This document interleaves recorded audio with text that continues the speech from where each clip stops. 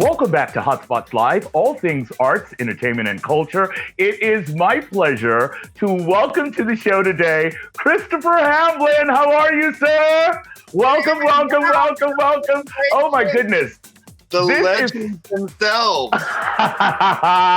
Listen, this is such a feel-good show. We are on the verge of going into our Thanksgiving holiday, and I have so much to talk to you about. First, I want to talk to you about music, and then you have a fabulous new show that is going to be on the World of Wonder Plus. Firstly, let's give our viewers a little encapsulate how this all came to be. You have a new song out. You've been in music for a while now, haven't you? Yeah, I grew up in the church playing piano. My mother's family in particular was very musical. My dad played a little guitar and listened to a lot of music. So I was learning to read music about the same time I was learning to read English. So they're just sort of languages to me. And it turned out that I did have a talent and an ear for it. I was very inspired by my mother to learn to play the piano. And that was sort of my primary instrument growing up, and then in college as well. I would want to be a singer, but I wouldn't consider that really my primary talent. I also play a little bit of organ, and as I got older, I really wanted to expand on classical training that I've gotten. Yes. You know, you learn how to play Chopin and Debussy, but not so much Dolly Parton and Emmylou Harris. And I wanted to do that, but I couldn't play the guitar to save my life. So eventually I found this instrument called the auto harp that I play on my Sing Give Me a Holler. Absolutely. Listen, I love this song. It's such a feel-good song.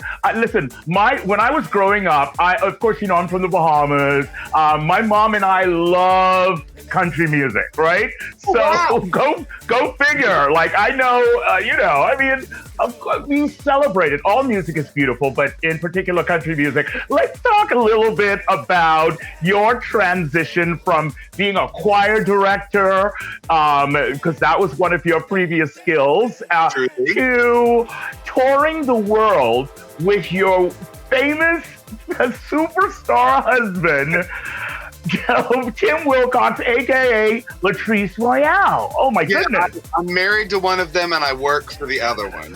Yes. Yes. I crashed your wedding, and I stowed away in my roommate's suitcase, and it was so beautiful. Not one dry eye in the room. It's true, you guys were a weepy mess. People found Jesus did not know they needed him that day. I know. It was so amazing. So Christopher, let's talk about this amazing new show. You are obviously touring the world with superstar Latrice Royale. And of course, I saw something that she said you spoke this into existence. Tell us how this all came about and what's going on with it. Well, I met Latrice when she was on tour in Knoxville, Tennessee, where I'm from, and the meet and greet at the club was not going great. It was not very well organized, and I intervened to help. I was the artistic director of the Knoxville Gay Men's Chorus, as well as the director of the Metropolitan Community Church of Knoxville Choir.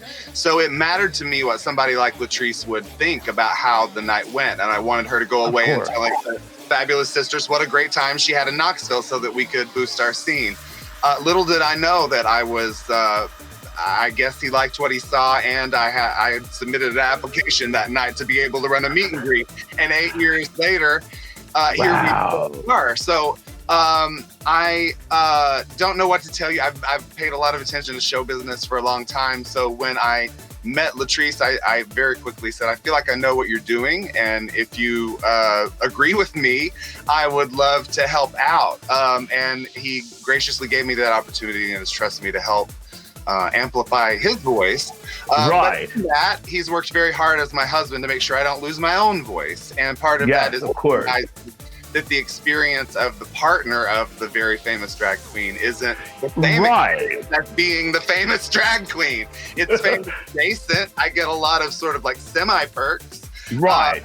But there's also a lot of sacrifice involved to make the whole thing work. There's a lot of times that you want with your husband to be private, absolutely, or yours, that you end up sharing with castmates or the world.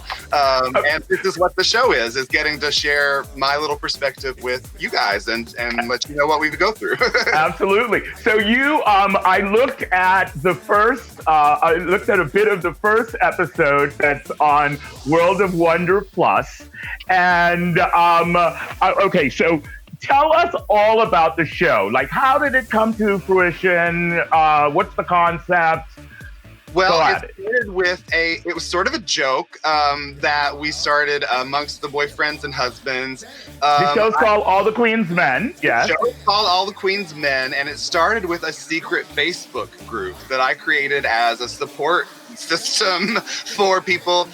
What we go through on the daily basis, a lot of it we can't post about publicly. We can't engage in social media the same way that someone who isn't in the spotlight can. So we had to have a place to sort of vent to each other and deal with our spouses or husbands or bosses or whoever they may be on that particular day. So then earlier in the year, I did a few episodes of one-on-one interviews where I talked to some other drag husbands on my social media. And at that point, it seemed like it was going pretty well. People were enjoying it. And my loving husband reached out to World of Wonder, and they agreed to produce 4 episodes that the first of which is now available on wowpresentsplus.com. And we all understand that if one of us looks bad, we all look bad. When you're on a tour like that, we all want everybody to look good. And it doesn't matter who you're married to or who you work for or who your manager is. Some bitch needs a zipper done. Where are the straws? Where's the ice? I need a napkin. It's just fun because, like, you can be sitting there out of nowhere, like, any one of these girls will scream our names, and in an instant, we just drop whatever we're doing and we run. Yay! Congratulations! Yeah. So I did sort of speak it into existence, and I've been a World of Wonder stan since 1999, 2000. I even used to write Michael Alec letters in jail, trying to play him in the movie they made about him. Like I've been way before RuPaul's Drag Race. I was watching the Tammy Faye and all of the documentaries that were telling us about ourselves. So it's a great honor to me to get to work with them on this, and that they see value in my story. They've told me a lot of stories for the last 20 years. Yes, I can imagine. I can imagine. Christopher, listen, this is so exciting. We all have so much to be thankful for. I am thankful that you are making music. I'm thankful that you're living your best life. And I'm thankful that you are such an authentic, genuinely kind individual. I'm so grateful that you stopped by today. Happy Thanksgiving to everyone. Congratulations. The single is called Give Me a Holler. You can download it on every single platform. And of course, all the queens. I love that, right? Yes, it's streaming on World of Wonder Plus. Please check them both out, and happy Thanksgiving to everyone. Thank you, Christopher. Thank you. I really appreciate you taking the time to talk to me about all this.